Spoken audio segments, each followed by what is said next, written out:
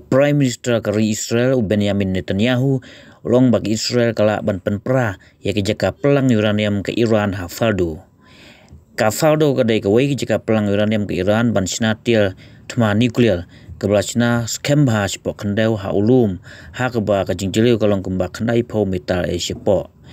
Wala ke Israel ka tel namding hagini sengi handai kam simlala ban kesam jeliu ya kadai ke jaka. Hanrai nakaling Netanyahu ong bagi Israel ke don gitiar ki babiang bang karwit jika pelang uranium ke Iran ka Fardo Fuel Enrichment Plant ka bodon ha ulum ka Holy City of Qom jong ke benta ba syati sepngi ke Iran ke bejengai ke ba kenai pesan kilometer na nong ba Tehran hakni ki jaka sna bom ke Iran ka penkrek ban penmi nuclear bomb now uranium atali manusnem kinamding bat ki bom gimla ban kesam hakni jaka nemal belaka de ki mausing ki baskem baro ban penprai kani ki jaka ke Israel ke don kam ya ke B2 steel bomber ke USA ban teri kani ki jaka pelang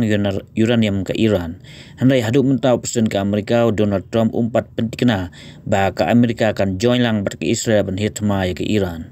hapok kini ki prasngi balik ke Israel ke tel